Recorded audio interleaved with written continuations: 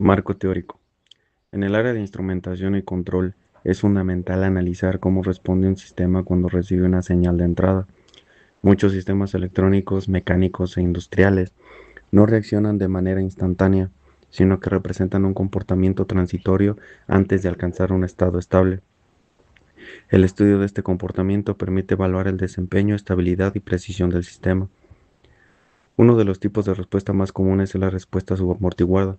Este tipo de respuesta se caracteriza porque al recibir un cambio en la entrada, la salida no llega directamente al valor deseado, sino que representa oscilaciones que disminuyen gradualmente con el tiempo hasta estabilizarse. Este comportamiento es común en sistemas de control y representan situaciones reales donde existe una respuesta rápida acompañada de pequeñas variaciones antes de alcanzar el equilibrio. Para evaluar este comportamiento se analizan varios parámetros importantes. El primero es el sobreimpulso, que indica cuánto se excede la señal por encima del valor final esperado durante la respuesta inicial. Este parámetro permite conocer qué tan agresivo o rápida es la respuesta del sistema. Otro parámetro importante es el tiempo de subida, que corresponde al tiempo que tarda la señal en alcanzar el valor deseado desde que inicia la respuesta. Este dato permite medir la rapidez con la que el sistema responde ante un cambio. También se considera el tiempo de asentamiento, que representa el tiempo necesario para que la señal deje de oscilar de forma significativa y permanezca dentro de un margen de tolerancia establecido. Este parámetro es importante porque indica cuando el sistema puede considerarse estable.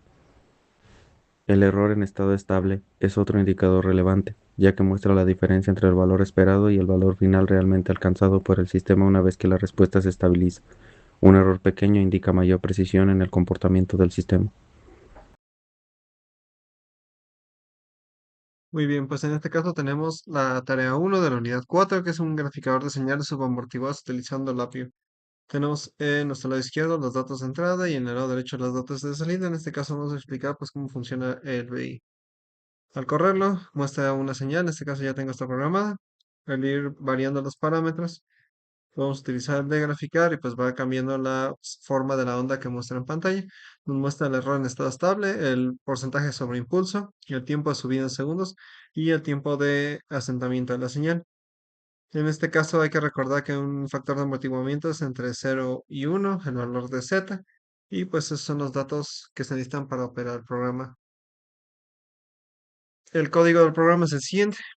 En primer lugar tenemos una estructura while, la cual sirve para mantener el programa corriendo y no tener que correrlo cada vez que deseamos graficar una señal nueva. Tenemos un observador, detector de eventos, y tenemos nuestros dos botones, un graficar y un stop. En este caso, el botón de graficar nos manda el caso de graficar y el otro evento nos manda el stop change, que simplemente manda un true para que finalice el programa. En nuestra parte de graficar, cuando el detector de eventos detecta un cambio de valor en graficar, vamos a observar que tenemos las entradas de tiempo final, la Z de amortiguamiento, la frecuencia natural y el paso de integración. Estos son los parámetros clave para que un programa de graficamiento de señales subamortiguadas pues funcione. Tenemos posteriormente una división de pasos que sirve para calcular el número de pasos que queremos tener en nuestra señal, ya que pues estamos trabajando con señales, en este caso discretas, pues tenemos que decir el tiempo de integramiento y por tanto el tiempo final, y eso nos da el número de pasos. Definimos en un caso while, en un ciclo for, que es el número de pasos que vamos a graficar, nuestro fórmula node. El fórmula node contiene nuestras variables que vamos a utilizar, que es que pues, si z corresponde entre un valor entre 0 y 1, que es una señal subamortiguada, pues grafica. Si no, pues no grafica nada. Tenemos nuestra frecuencia natural amortiguada, el ángulo es fácil, el envolvente exponencial.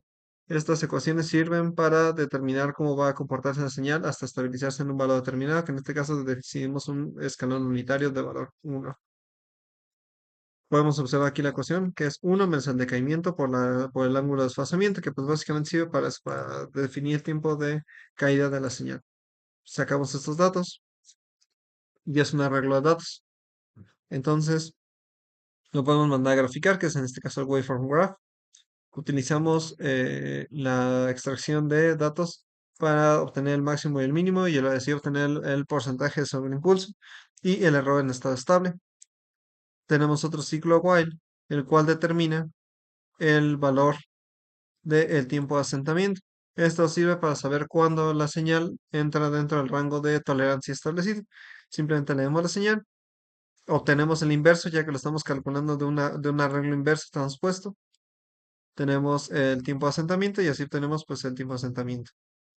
Utilizamos el valor de la tolerancia dada por el usuario para determinar también el tiempo de subida. El tiempo de subida simplemente lo metemos en un while.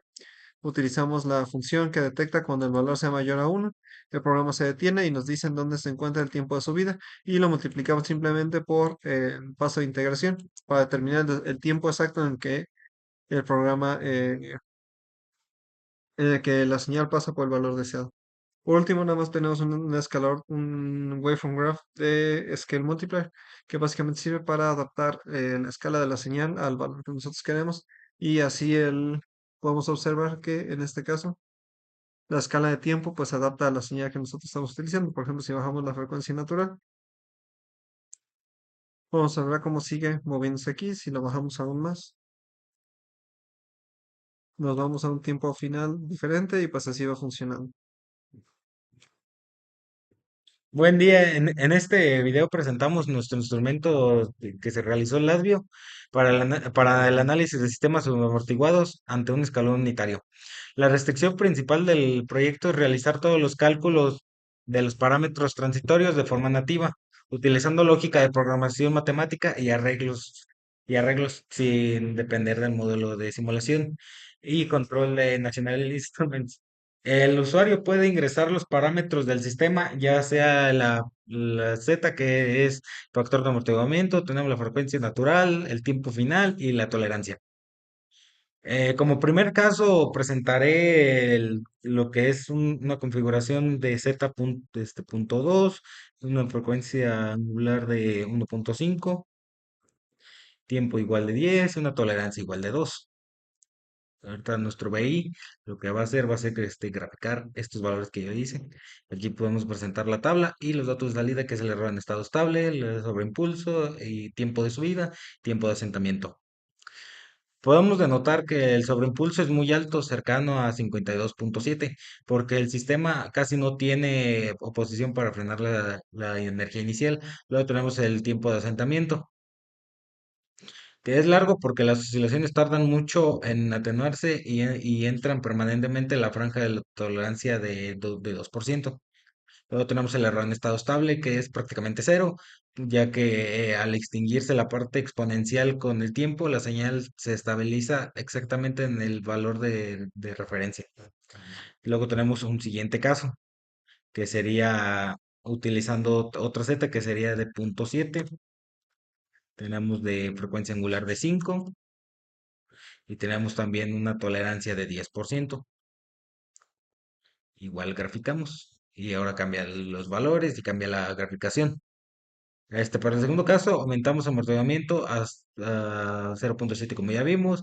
Tenemos la frecuencia angular de 5, además de una tolerancia de 10. Al graficar vemos que el sobreimpulso baja gramaticalmente a 4.6, como aquí se puede ver más o menos, llega a ese valor. Y los tiempos de subida y asentamiento se reducen al mínimo, logrando un diagrama rápido y exacto.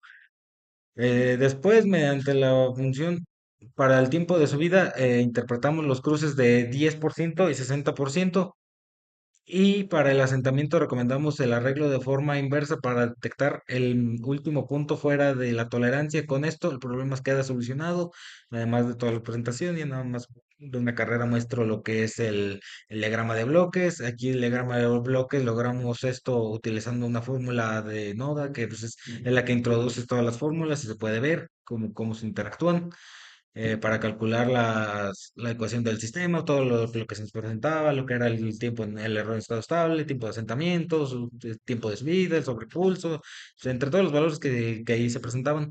Después, mediante la función de arreglos y ciclos while, la programación, la lógica para el tiempo de subida, interpretamos los cursos que ya mencionamos de 10 y 90% o también cualquier tipo de cosa que le ponemos. Sería todo por mi parte. Gracias.